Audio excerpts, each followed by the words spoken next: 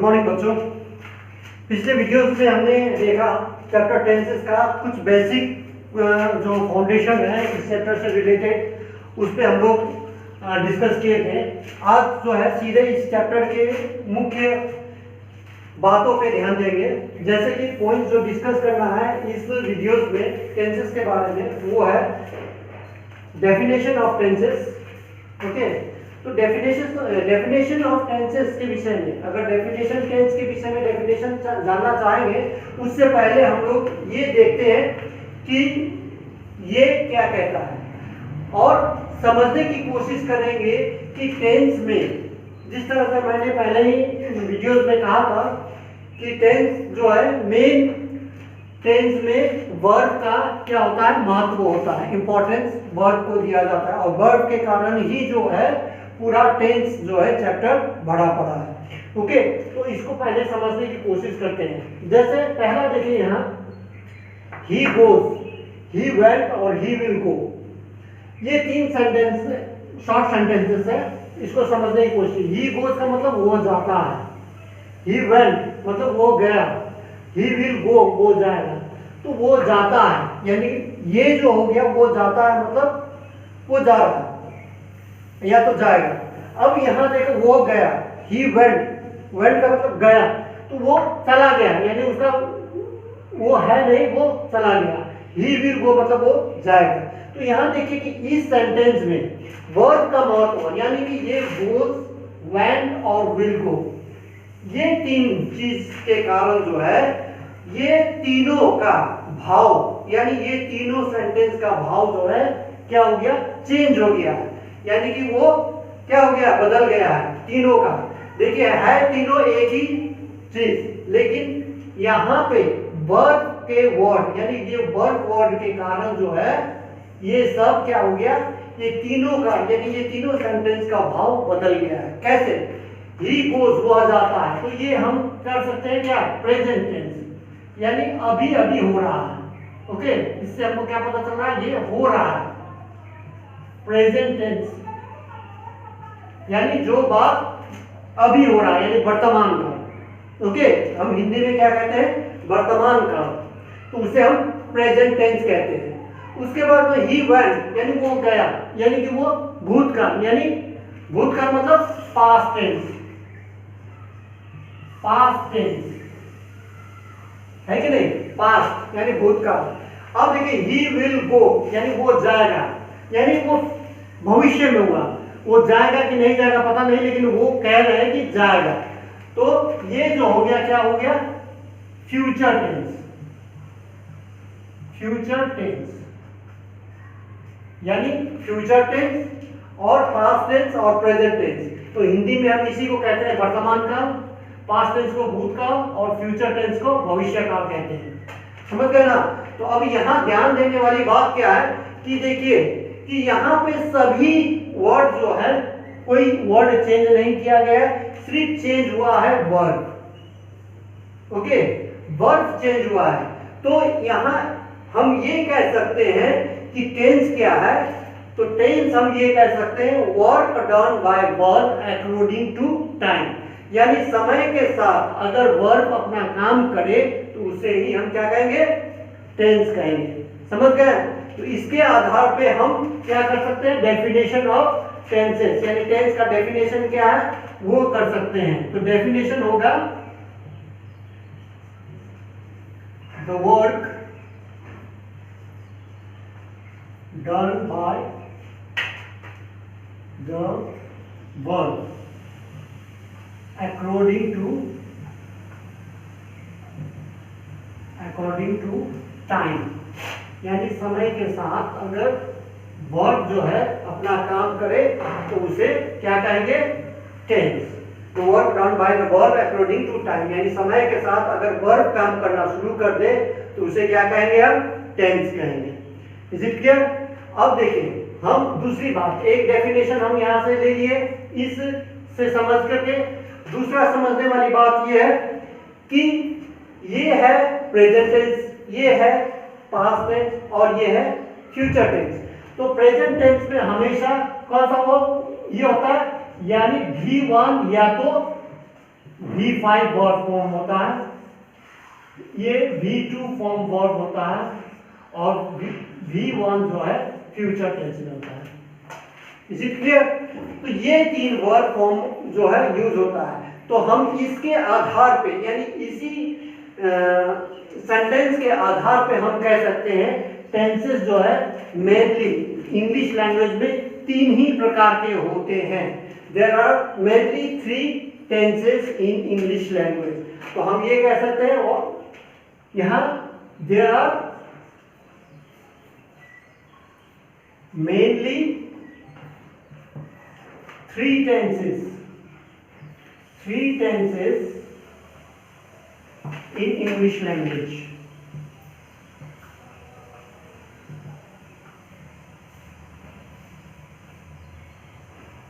Okay, there are mainly 3 tenses in English language. We can say on the basis of this. Okay, इसके माध्यम से हम ये कह सकते हैं कि टेंस जो है मेनली 3 भागों में बटा हुआ है। जैसे there are mainly 3 tenses in English language. But अब यहाँ पे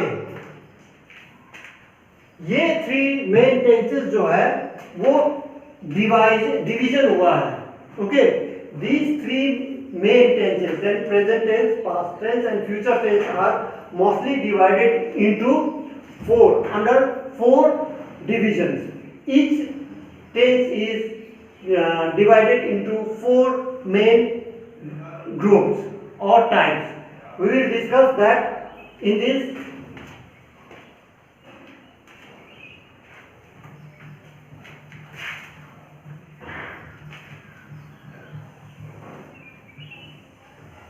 ये तो समझ गए होंगे कि प्रेजेंट टेंस, पास्ट टेंस और फ्यूचर टेंस मेन टेंस होता है। उसके बाद जो है यही तीनों टेंसेस जो प्रेजेंट, पास्ट और फ्यूचर टेंस जो है 4 भागों में अलग अलग डिवीजन हुआ है, जिसके विषय में हम जानने की कोशिश करते हैं। Okay,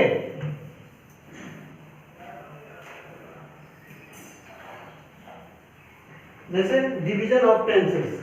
okay, division of tenses.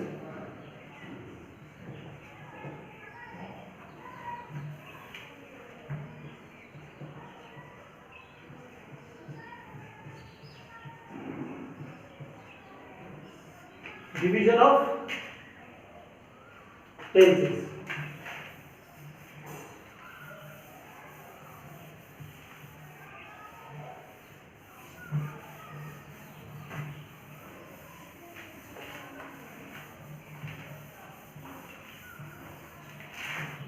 अब देखिए डिवीजन ऑफ टेंसेस में पहला है प्रेजेंट टेंस। Isn't it? पहला क्या था? Present tense.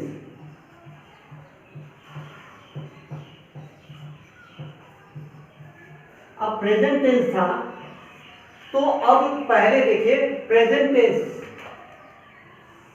है, तो प्रेजेंट टेंस का पहले डेफिनेशन क्या होता है? तो प्रेजेंट टेंस का पहले डेफिनेशन देखिए,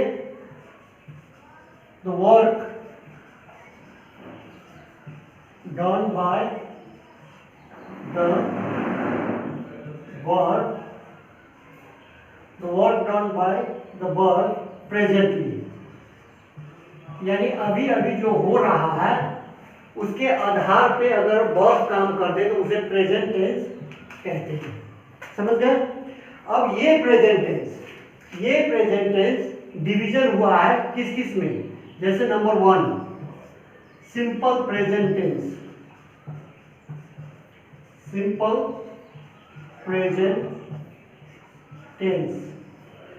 ओके, उसे हम इंडेफिनिट टेंस भी कहते हैं, सिंपल इंडेफिनिट टेंस भी कहते हैं। Is it clear? उसके बाद में नंबर 2 है प्रेजेंट कंटिन्यूअस टेंस। उसके बाद में number C present perfect tense. Okay, and number 4 that is D, वो हो जाएगा प्रेजेंट परफेक्ट कंटिन्यूअस टेंस। तो ये 4 भाग में, यानी प्रेजेंट टेंस जो है ये 4 भाग में बटा हुआ है। प्रेजेंट टेंस किसे कहते हैं? The work done by verb presently, यानी अभी जो है तत्काल जो काम वर्ब कर रहा है उसको हम प्रेजेंट टेंस कहते हैं। ओके, और यही प्रेजेंट टेंस जो है 4 भागों में डिवीजन हुआ है, जिसको सिंपल प्रेजेंट टेंस कहते हैं। ओके, और उसे इनडेफिनिट टेंस भी कहेंगे, present continuous tense, present perfect tense और प्रेजेंट परफेक्ट कंटीन्यूअस टेंस। तो ये चारों, इसी तरह से पास्ट टेंस और फ्यूचर टेंस भी इसी तरह से 4 भागों में बटा हुआ है। ओके, अब पहले हम प्रेजेंट टेंस के स्ट्रक्चर, डिवीजन ऑफ टेंसेस जो है हम सिंपल प्रेजेंट टेंस को लिए हैं। प्रेजेंट टेंस को लेने के बाद में जो है हम धीरे धीरे बढ़ते जाएंगे। पहले प्रेजेंट टेंस करेंगे, उसके बाद में पास्ट टेंस करेंगे, उसके बाद में फ्यूचर टेंस करेंगे। तो प्रेजेंट टेंस का ये जो है 4 डिवीजन है और इसको समझने की कोशिश करते हैं स्ट्रक्चर के द्वारा। ओके, स्ट्रक्चर ऑफ टेंसेस के द्वारा।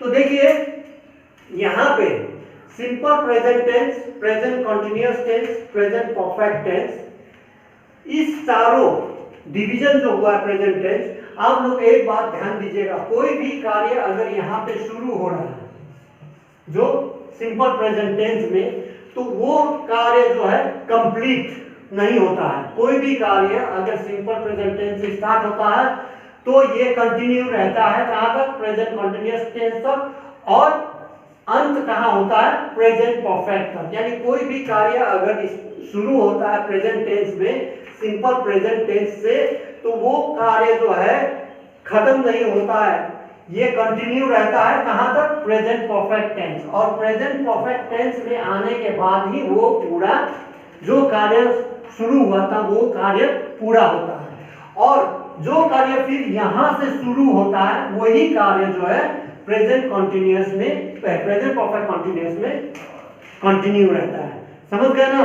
तो कहने का मतलब ये है कि कोई भी काम अगर इसमें होता है तो ये कंप्लीट नहीं होता है। कंप्लीट हमें सेंस नहीं देता है कि वो काम हुआ या नहीं।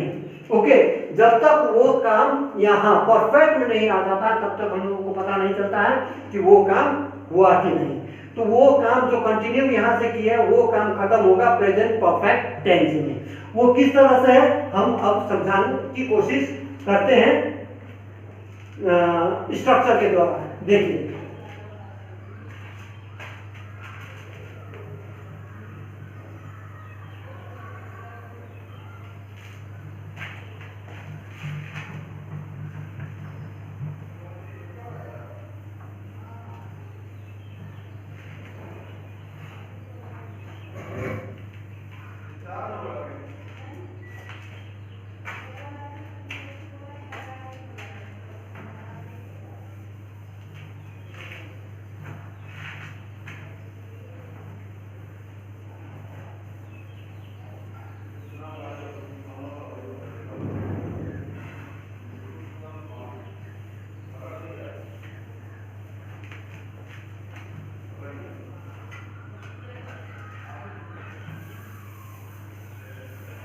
देखिए सिंपल प्रेजेंट टेंस का स्ट्रक्चर पहले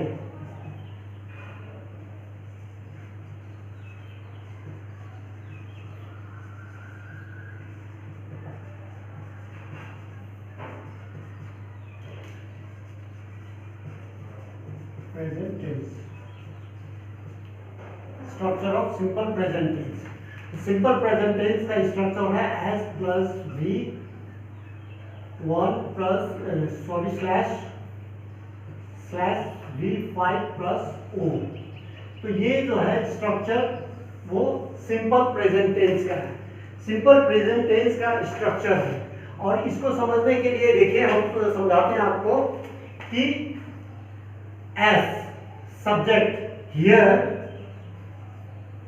subject, S for subject, V for verb, V1 for first form of verb, okay? First form of verb, V5 means fifth form of verb and object O for object। तो पहले हमने पिछले videos में आपको समझाया था subject verb and object के विषय में, वो यहाँ पे आ रहा है या नहीं। जो सेंटेंस में हम आपको समझाए थे स्ट्रक्चर ऑफ सेंटेंसेस में सब्जेक्ट वर्ब एंड ऑब्जेक्ट, वही जो है इसमें भी आ रहा है, देखिए सिंपल प्रेजेंट टेंस में। तो आप उसको टैली करके समझने की कोशिश कीजिएगा कि क्यों मैंने आपको पिछले वीडियोस में जो है टेंस के बारे में और स्ट्रक्चर, टेंस की स्ट्रक्चर के बारे में आपको बताए थे, क्योंकि वो जो है अब देखिए यहाँ रिलेटेड हो रहा है प्रेजेंट टेंस में, यानी स्ट्रक्चर वही है सब्जेक्ट वर्ब और ऑब्जेक्ट, उसी तरह से जिस तरह से किसमें है सेंटेंस वाला स्ट्रक्चर में। तो अब देखिए यहाँ सब्जेक्ट हो गया V1 first form of verb, V5 fifth form of verb और O फॉर ऑब्जेक्ट। तो ये चीज जो है अब इसी पे आधारित, हमेशा इसी पे आधारित होगा simple present tense. And if you want to identify the sentence whether it is simple present tense और पास्ट टेंस और future tense, then you have to know about the structure of these tenses. यानी कि अगर आपको किसी भी sentence को पहचानना हो या सेंटेंस को, किसी सेंटेंस को आपको आइडेंटिफाई करना है कि वो कौन सा टेंस है, तो आपको सभी टेंसों का फॉर्मेशन या तो स्ट्रक्चर जो है आपको समझ में आ जाना चाहिए। अगर ये समझ में आ जाता है और इसको सॉल्व कर लेते हैं, पूरी तरह समझ लेंगे, तो आपको सेंटेंस जो है आइडेंटिफाई कर सकते हैं। समझ गए कि नहीं? इसीलिए इसमें जो है हम दूसरी बात और ध्यान में दे सकते हैं कि इसको बनाएंगे कैसे। तो लीजिए कि अगर हम सब्जेक्ट इसमें कुछ ऐसा ले लेते हैं, जैसे कि सब्जेक्ट हो गया ही, ओके। अब यहाँ ही थर्ड पर्सन है, ही क्या है थर्ड पर्सन है कि नहीं, थर्ड पर्सन है और क्या है सिंगुलर है, सिंगुलर है। तो हम यहाँ पे वर्ब कौन सा इस्तेमाल करेंगे, थर्ड पर्सन है सिंगुलर है। तो हमने पिछले वीडियोस में आप लोगों को बताया था जहां पे थर्ड पर्सन और सिंगुलर हो तो वर्ब का कौन सा फॉर्म होगा, V5 फॉर्म, ओके। तो अब यहाँ पे हम V5 फॉर्म लगाते हैं गोज, ओके। गोज हो गया V5 फॉर्म। ऑब्जेक्ट हम यहाँ देते हैं, कुछ भी दे देते हैं, सपोज स्कूल दे रहे हैं, स्कूल दे रहे हैं ऑब्जेक्ट। अब इससे हम एक सेंटेंस बनाते हैं जो सिंपल प्रेजेंट टेंस होता है। कैसे, देखिए अगर हम सेंटेंस बनाएंगे तो ही गोज टू स्कूल। अब इसका मतलब क्या होता है, वो स्कूल जाता है, ओके, वो स्कूल जाता है, तो ही गोज टू स्कूल। तो ये आपको इस तरह से क्या हो गया, ये सिंपल प्रेजेंट टेंस हो गया। ये आप अच्छी तरह से पहचान लीजिए कि इसी तरह से जो है सिंपल प्रेजेंट टेंस होगा, सिंपल प्रेजेंट टेंस, ओके। ये सिंपल प्रेजेंट टेंस हो गया। लेकिन ध्यान में दीजिए, अब एक बात और ध्यान में देना होगा, अगर सब्जेक्ट यहाँ थर्ड पर्सन है तो हम V5 का प्रयोग किए हैं। लेकिन अगर सब्जेक्ट यहाँ पे कोई प्लूरल हो, सपोज यहाँ पे कोई प्लूरल वर्ड हो या आई, वी, ओके, यू हो, तो आपका कौन सा फॉर्म ऑफ वर्ब यहाँ पे यूज होगा, V1 फॉर्म ऑफ वर्ब। कौन, V1 फॉर्म ऑफ वर्ब जो है आपको इस्तेमाल करना पड़ेगा। समझ गए? जब थर्ड पर्सन और सिंगुलर होता है उस समय जो है V5 का आपका प्रयोग करेंगे।